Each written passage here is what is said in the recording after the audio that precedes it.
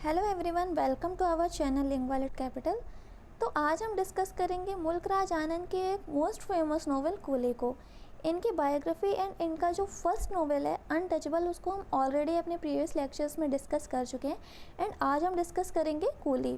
So it was published in 1936 and it's a second book of Mulk Raj Anand and considered as picaresque novel. या तो जो मुल्कराज आनंद थे वो गांधी जी के सिद्धांतों से काफ़ी ज़्यादा इन्फ्लुएंस थे एंड जो कूली है ये एक पॉइनेंट सोशल रियलिस्ट और सोशल प्रोटेस्ट नॉवेल है एंड ये फोकस करता है इंडिया की poverty, exploitation and caste and class discrimination को as a domestic servant, factory worker and rickshaw puller. And the novel is frequently described and analyzed using the phrase an epic of misery because this is the phrase most commonly associated with the overall tone and discrimination of the novel, or as a drama of exploitation because Professor M.K. Naik often refers to it by this phrase by literary crisis। And यहाँ पे ये जो coolie word use किया गया है वो उसका मतलब होता है अनस्किल्ड और अनट्रेंड लेबर। तो चलिए हम अपनी नोवेल शुरू करते हैं। तो ये कंप्लीट स्टोरी मोनू नाम के एक अनाथ बच्चे पे है, ठीक है। ये एक मोनू नाम के अनाथ लड़के की स्टोरी है जो कि 14 इयर्स का होता है और इस नोवेल में मोनू के 14 to 16 मतलब कि 2 साल के सफ़र और उसके स्ट्रगलिंग लाइफ को शो किया गया है जिससे लास्ट टाइम तक सिर्फ प्रॉब्लम से फेस करनी पड़ती हैं। एंड ये एक लेबर क्लास फैमिली से बिलोंग करता है जो कि शुरू में इसकी लाइफ काफ़ी अच्छी थी, ये स्कूल भी जाता था, फ्रेंड्स से मिलता था, उनके साथ खेलता था। बट फिर बाद में क्या होता है कि इसके फादर जो हैं वो ज़मींदारों के अत्याचार से परेशान होकर उनकी डेथ हो गई थी और फिर मोनू के फादर की डेथ के बाद उसकी माँ भी ये सब बर्दाश्त नहीं कर पाती हैं और कुछ टाइम बाद वो भी मर जाती हैं, जिस वजह से मोनू 14 साल की एज में ही अनाथ हो जाता है, ठीक है। और फिर कंगारा हिल्स बिलासपुर के नाम की एक जगह पे इसके चाचा चाची के साथ रहने लगता है। इसके चाचा चाची का नाम दयाराम एंड गुजरी होता है। तो यही दोनों मोनू को अपने साथ रखने लगते हैं, बट ये दोनों भी बहुत अमीर नहीं थे, ये भी गरीब ही होते हैं, जिस वजह से मोनू को अपने साथ रखकर उसको पालना उनके लिए काफ़ी आसान नहीं था, जिस वजह से इसके चाचा चाची इससे परेशान रहते थे और इसको ठीक से नहीं रखते थे, काफ़ी अत्याचार करते थे, मोनू पर मारना पीटना। और ख़ासकर इसकी चाची जो थी ये तो बहुत ही ज़्यादा रूड बिहेव करती थी मोनू के साथ और उसको बार बार बाहर जाकर काम करने को फोर्स करते थे कि बैठकर खाने से कुछ नहीं होगा, तुम निकलो, कुछ काम करो और उससे हम लोगों का भी गुजारा हो सके और तुम अपना भी खुद कर सको। तो इस वजह से मोनू अपने चाचा के साथ वहाँ से चला जाता है दूसरे शहर में काम करने के लिए, वहाँ काम ढूंढने के लिए, और मुंबई से कुछ दूर के शहर में उसको काम मिल भी जाता है ये बाबू नाथूराम के यहाँ पे। और इनकी जो वाइफ थी इनका नाम था उत्तम कौर, जिनको इस पूरे नोवेल में बीबी जी कहा जाता है, ठीक है।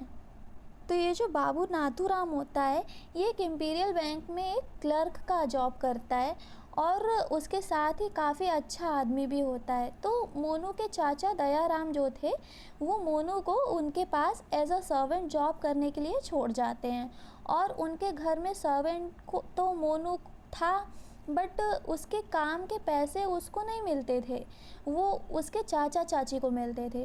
तो अब यहाँ पे जो बाबू नाथूराम होते हैं तो ये तो अच्छे आदमी थे बट इनकी जो ये वाइफ थी बीबी जी ये काफ़ी जालिम किस्म की औरत थी भाई। मतलब हम बोल सकते हैं कि ये मोनू की चाची से भी 2 कदम आगे की थी। बहुत ज़्यादा मिसट्रीट करती थी मोनू को, उससे बहुत ज़्यादा काम करवाती थी। वो मॉर्निंग टू नाइट काफ़ी ओवरवर्क करता था, बहुत थक जाता था। बट बीबी जी को बेचारे मोनू पर, जो कि सिर्फ 14 साल का था, एक बच्चा था, उस पर बिल्कुल दया नहीं आती थी। मोनू भी ये सब झेलकर बहुत परेशान हो गया था, बट वो करता भी तो क्या करता।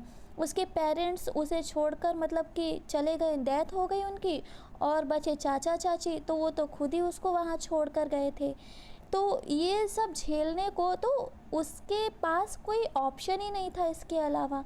मोनू रो रो कर वहीं अपने माँ पापा को याद करता रहता है और काम करता रहता है। और वहीं बाबू नाथूराम के यहाँ उनके एक छोटे भाई थे जिनका नाम था प्रेमचंद्र। हाँ, तो ये जो थे, ये बाय प्रोफेशन एक डॉक्टर होते हैं, जो कि काफ़ी अच्छे थे और मोनू से काफ़ी प्यार भी करते थे, और मोनू भी उनकी बहुत रिस्पेक्ट करता था। और वही बाबू नाथूराम की एक 10 साल की बेटी थी, शीला। तो शीला से मोनू की काफ़ी अच्छी बॉन्डिंग होती है। वो दोनों ही अच्छे दोस्त होते हैं, जिनके साथ मोनू को काफ़ी अच्छा फील होता था। उसके साथ खेलते हुए उसको खुशी मिलती थी, और अक्सर दोनों एक साथ में खेलते थे। तो मोनू अक्सर मंकी डांस करता था, वो मंकी के रूप में उसके साथ पेश आता था। उसको एंटरटेन करने के लिए, ये शीला को एंटरटेन करने के लिए ये मंकी डांस करता था। तो क्या होता है कि ये जो बाबू नाथूराम थे ना, ये एक मिडिल क्लास फैमिली से बिलोंग करते थे, और जो वाइट लोग होते हैं वो नाथूराम को काफ़ी अच्छे लगते थे, उनको बहुत भाते थे। जब भी ये किसी वाइट आदमी को देखते तो उससे इम्प्रेस होते थे, और उनको लगता था कि वाइट लोग इनसे सुप्रीम है, वाइट लोगों की हर चीज़ इनको अच्छी लगती थी। एक दिन क्या होता है कि बाबू नाथूराम जो हैं, ये मिस्टर इंग्लैंड जो हैं, इनको अपने यहाँ विज़िट करने के लिए बुलाते हैं, और मोनू उनके लिए चाय लेकर जाता है। तो उसके हाथ से हड़बड़ाहट में वो चाय गिर जाती है, और चाय तो गिरती ही गिरती है, साथ में उनका जो टी सेट था वो भी टूट जाता है, जिसके लिए उसको बहुत मार पड़ती है। वैसे भी हमेशा उसको वहाँ मार पीट पड़ती ही रहती थी, उसे वहाँ काफ़ी ज़्यादा ह्यूमिलेट किया जाता था। तो उसी वक्त एक क्या होता है कि मोनू शीला के साथ खेल रहा था हमेशा की तरह, तो मोनू शीला को गलती से बाइट कर लेता है। गलती से करता है, वो जानबूझकर नहीं करता, ऐसा बिल्कुल भी नहीं करना चाहता था। बट उसके लिए मोनू को उससे पेरेंट्स जो होते हैं इसके, शीला के, बाबू नाथूराम और बीबी जी, इनसे बहुत ज़्यादा मारपीट पड़ती है उसको।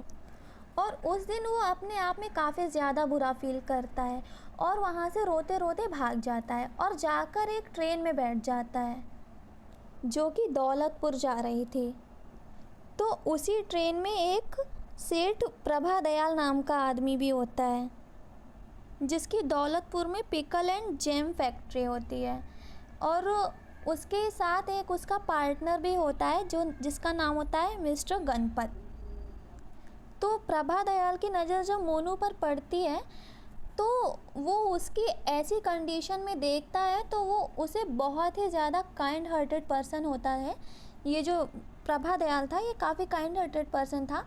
तो वो उसे अपने साथ ले जाने के लिए सोचता है कि हाँ, मैं अपनी फैक्ट्री में ले जाऊँगा और ये वहाँ पे काम करेगा। वो काफ़ी अच्छा आदमी होता है ये प्रभा दयाल, और मोनू को काफ़ी प्यार भी करता था। तो प्रभा दयाल और उसकी वाइफ, ये जो दोनों की मोनू को बहुत अच्छे से ट्रीट करते हैं। लेकिन फैक्ट्री में काफ़ी ज़्यादा काम होता है, और मोनू के लिए वहाँ सोना रहना काफ़ी मुश्किल हो जाता है। बट फिर भी मोनू खुश था, क्योंकि ये दोनों जो हस्बैंड वाइफ थे ना, ये इसको काफ़ी ज़्यादा मानते थे।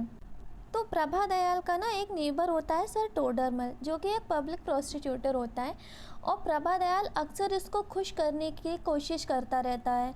वो उसकी फ्री में ही अपने पिकल एंड जैम दे देता है, ताकि वो उसकी फैक्ट्री को बंद ना करवाए, क्योंकि उसकी फैक्ट्री से जो स्मोक निकलता था ना, उससे सर टोडरमल को बहुत ज़्यादा प्रॉब्लम होती थी। तो एक दिन क्या होता है कि मोनू जो है वो उस फैक्ट्री में काफ़ी ज़्यादा कच्चे आम खा लेता है, जिस वजह से उसकी हेल्थ ख़राब हो जाती है। और इस बात के लिए ये गणपत इसको बहुत ज़्यादा डांटता है और मारता है।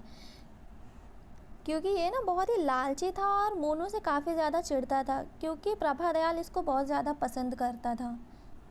फिर प्रभा दयाल और उसकी वाइफ उसका ट्रीटमेंट करवाते हैं और उसका ख्याल भी रखते हैं मोनू का।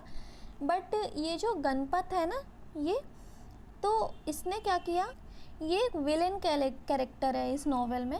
तो ये सारे वर्कर्स के साथ ना बहुत ही गलत बिहेव करता था, और जैसा कि बताया गया था कि मोनू के से ये बहुत ज़्यादा चिढ़ता था, तो इसने प्रभा दयाल को धोखा दे दिया है और उसे बैंक करप्ट कर दिया, जिस वजह से उनकी फैक्ट्री जो थी वो बंद हो जाती है और मोनू को फिर से सहारा जो मिल रहा था वो उसका फिर से सहारा छिन जाता है, क्योंकि फैक्ट्री बंद होने के बाद तो वो लोग खुद ही बर्बाद हो गए थे, तो मोनू को कैसे रखते, और वो फिर से रास्ते पर आ जाता है और वहाँ की सब्जी बाज़ार में काम करने लगता है। बट वहाँ भी उसका शोषण किया जाता है, क्योंकि वो एक अकेला अनाथ बच्चा था और ये बात सबको पता होती है, और इसी बात का उसके मजबूरी का सब फ़ायदा उठाते थे। उससे काम तो ज़्यादा करवा लेते थे, बट उसके हिस्से का पैसा उसे नहीं देते थे। मांगता था तो मारना पीटना शुरू कर देते थे। और उसी वक्त एक एलिफेंट ड्राइवर जो होता है उससे उसकी मुलाकात होती है, जो कि दौलतपुर से मुंबई जा रहा होता है सर्कस के लिए। तो वो मोनू को अपने साथ ले जाता है। मोनू भी उसके साथ चल देता है और काफ़ी खुश भी होता है, बट वहाँ का क्राउड एंड वायलेंस उसे बहुत ज़्यादा डिस्टर्ब कर देता है और उसे रोड पर ही रहना सोना पड़ जाता है। और वहीं पर वो देखता है कि वहाँ और भी कई सारे कूली रास्ते पर सो रहे होते हैं। तो यहाँ कूली से मतलब, जैसा कि मैंने बताया, का अनस्किल्ड लेबर जो होते हैं, जिनके पास कोई स्किल नहीं होती, और मोनू जो है वो भी उन्हीं में से एक होता है। तो वहाँ इसकी मुलाकात हरी एंड लक्ष्मी नाम के हस्बैंड वाइफ से होती है, जो कि उसी मिल में ये काम करते थे, जिसका मालिक था ये जेमी थॉमस, और ये मिल थी Sir George White's cotton mill, या Sir George White's cotton mill में ये दोनों काम करते थे। तो इसका ये जो मालिक है ना, इसको ये लोग चिमटा साहेब बोलते थे, या चिमटा साहेब।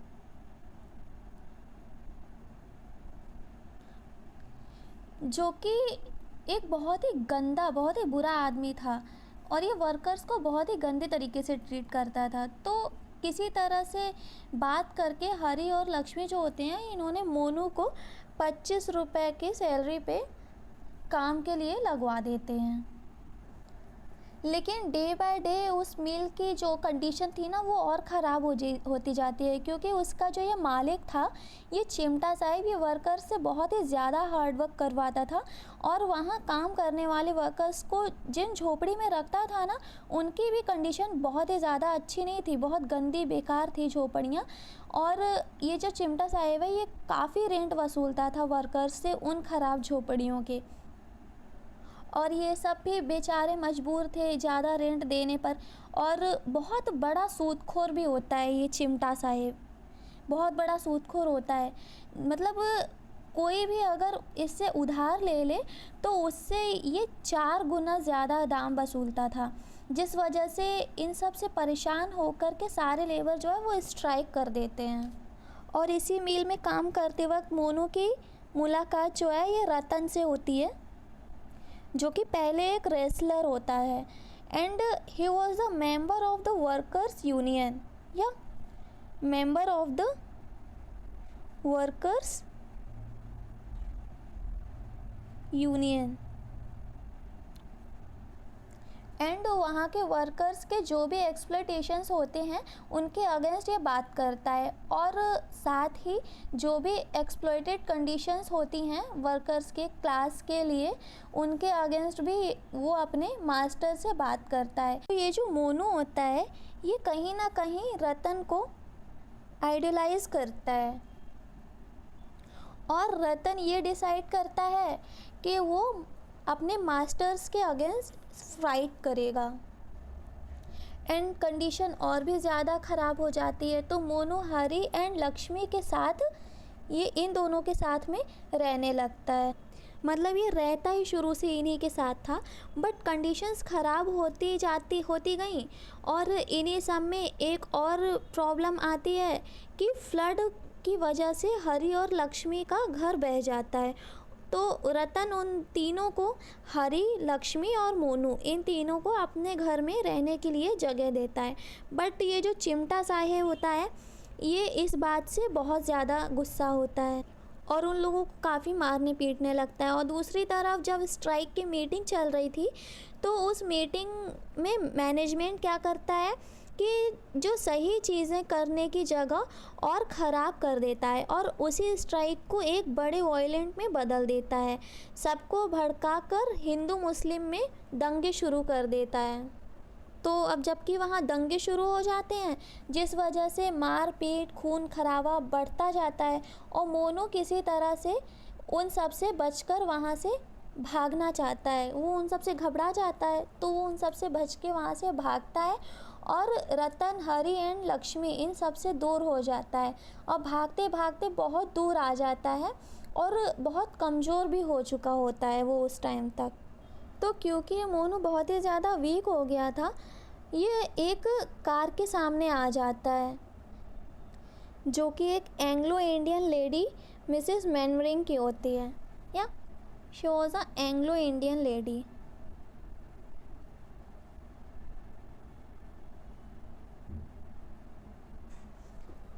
तो मिसेस मैनवरिंग क्या करती है कि कंपेंशन के तौर पर वो ड्राइवर को अपने बोल करके मोनू को अपने साथ ले जाती है, क्योंकि वो ये देखती है कि इसे कोई लेने नहीं आया, मतलब कि अनाथ है, तो वो उसको अपने साथ ले जाती है। तो उस वक्त तो मोनू होश में नहीं था क्योंकि वो बहुत वीक था।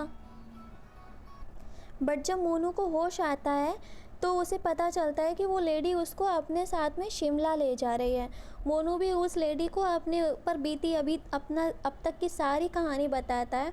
तो अब अगर इस लेडी की बात करें तो ये मिसेस मैनवरिंग अक्सर ये दिखाना चाहती है कि वो इंग्लिश सोसाइटी को बिलोंग करती है, क्योंकि ये इंग्लिश प्रिविलेजेस चाहती थी जो कि कॉलोनियल इंडिया में वो उसको एंजॉय कर सके। एंड वो इंग्लैंड में जा कर के एक इंग्लिश सोल्जर से शादी भी कर लेती है, जिसके बाद वो और भी कई मैरिजेस करती है एंड उसके कई अफेयर्स भी होते हैं। एंड वो चाहती है कि जैसे हम इंग्लिश पीपल को एज अ वाइट एक्सपेक्ट करते हैं, वैसे ही उसे भी एक्सपेक्ट किया जाए। और जब वो मोनू को अपने घर as a servant, as a rickshaw puller appoint करती है, तो उस वक्त भी वो कहीं ना कहीं उसके माइंड में यही चल रहा था दैट ठीक है, I am also proved one of her lovers. और ये लेडी भी मोनू से बहुत ज़्यादा हार्ड वर्क करवाती है एंड फिज़िकली, इमोशनली काफ़ी एक्सप्लोर करती है इसको, जिस वजह से बहुत ज़्यादा हार्ड वर्क की वजह से मोनू वीक हो जाता है, वो बहुत ज़्यादा बीमार पड़ जाता है। तो जब ये शिमला में रिक्शा पुलिंग का काम करता था ना, तो उसी वक्त इसकी फ्रेंडशिप मोहन से हो जाती है। मोहन इसका एक अच्छा फ्रेंड बन जाता है और मोहन ने ही इसको ये बताया था कि मोहन को ट्यूबरक्लोसिस हो गया है, मतलब टीबी।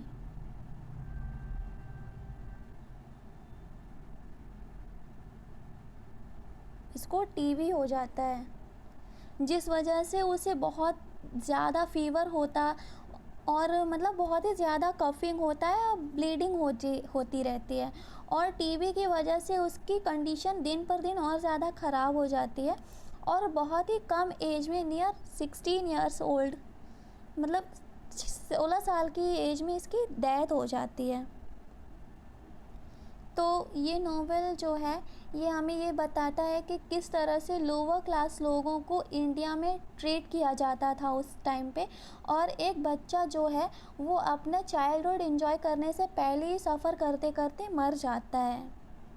तो इस नॉवेल में जो मोनू है ये रिप्रेजेंट करता है ये एक्सप्लॉयटेटेड वर्कर्स को, एंड ये novel social and economic injustice को एक्सपोज करता है कि किस तरह से अपर क्लास लोअर क्लास को मिसट्रीट करते हैं।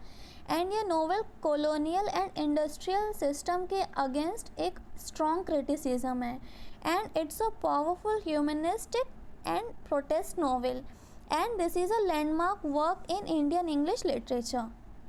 सो आई होप कि ये वीडियो आपको हेल्पफुल लगी होगी एंड ये नॉवेल आपको अच्छे से समझ आई होगी.